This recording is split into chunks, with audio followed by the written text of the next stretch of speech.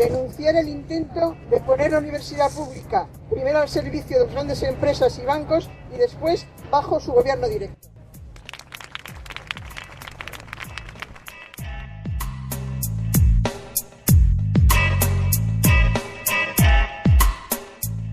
Bueno, pues ahora vamos a hablar con Jorge Marugán, que va a impartir ahora una clase sobre el discurso capitalista.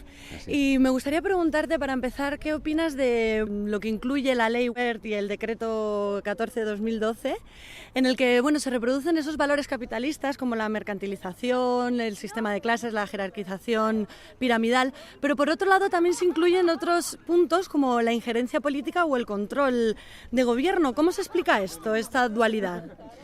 Pues evidentemente el amo capitalista imperante en general, ¿no?, basado en un ideal institucional, intenta apropiarse del discurso universitario para dirigir el saber hacia sus propios intereses, ¿no? Y sus propios intereses son mercantilistas, evidentemente, y que el discurso capitalista se expanda cada vez más hasta, si es posible, hasta el infinito. ¿Dónde podemos encontrar estos discursos capitalistas así más claramente?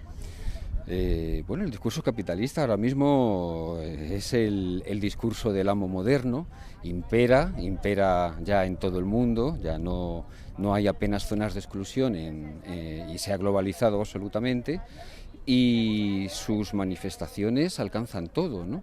Son mucho más dolorosas cuando lo que alcanzan son bienes de primera necesidad para los seres humanos. Obviamente los primeros, el derecho a una educación para todos y el derecho a una sanidad para todos, ¿no? Eso es sin duda lo más doloroso, pero no se detiene ante nada, ¿no?, tampoco ante eso.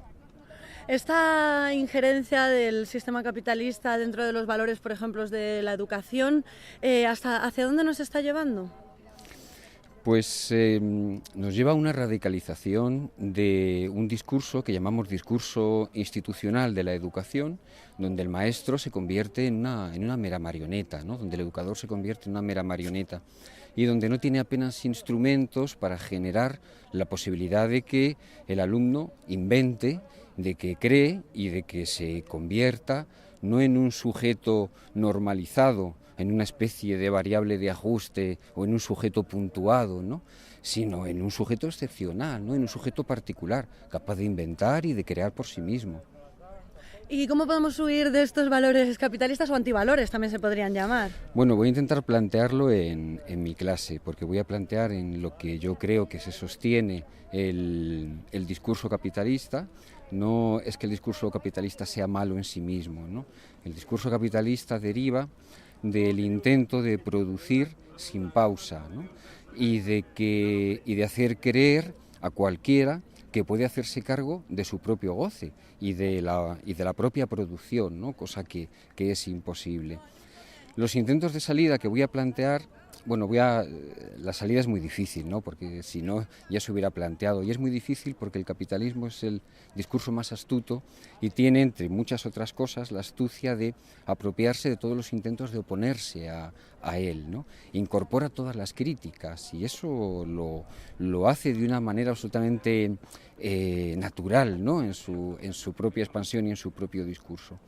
Lo que yo voy a plantear es la existencia de un discurso que puede hacer, que es de alguna forma su reverso, ¿no?, que puede hacer oposición a él.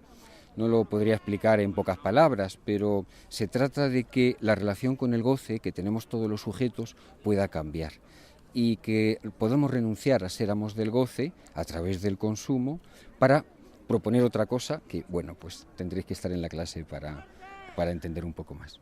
Porque hoy en día la educación puede ser una de las armas más fuertes que tiene la ciudadanía para defenderse a lo mejor de controles abusivos o de excesos dentro del sistema, ¿no? Siempre y cuando, totalmente de acuerdo, pero siempre y cuando no esté determinada por el ideal institucional.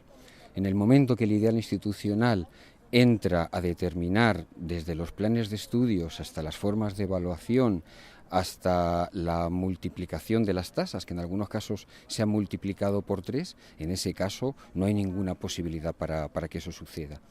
Por eso lo que estamos haciendo a mí me parece tan importante, porque ya no solamente es una queja, una manifestación o una reclamación de nuestros derechos, ¿no?, sino que es el poner la semillita para que se establezca otro sistema educativo que en este caso no se basa en la institución, sino en la asociación, ¿no?, en la asociación de profesores, de gente con alumnos, para que preparemos una manera de transmisión de saber libre del dictado institucional, sin exámenes, sin pasar lista, sin títulos y sin un control de lo que se hace en las clases por parte del poder institucional. Y eso parece imposible, ¿no?, hoy en día. Bueno, no nos lo pone muy fácil, pero sobre todo ya no solamente desde lo institucional nos dejan dar clase en la calle, sino porque verdaderamente la gente está dormida, ¿no?, que es otro de los grandes éxitos de este sistema, adormece al sujeto, y entonces el saber no se deja el tiempo, la pausa para poder elaborarlo y para poder entender, para poder comprender algo de lo que se enseña, sino que es un saber que se intenta basar en la inmediatez. Y eso hace que, bueno, haya muy poco interés realmente por saber. La ignorancia se convierte, bueno, pues en una forma también de sobrevivir, y claro, es una pena que tengamos que pensar en sobrevivir en esta vida y no en otra cosa, ¿no? Pues muchísimas gracias y bueno, estaremos atentos en la clase. Estupendo, muchas gracias. Gracias. De nada, hasta luego.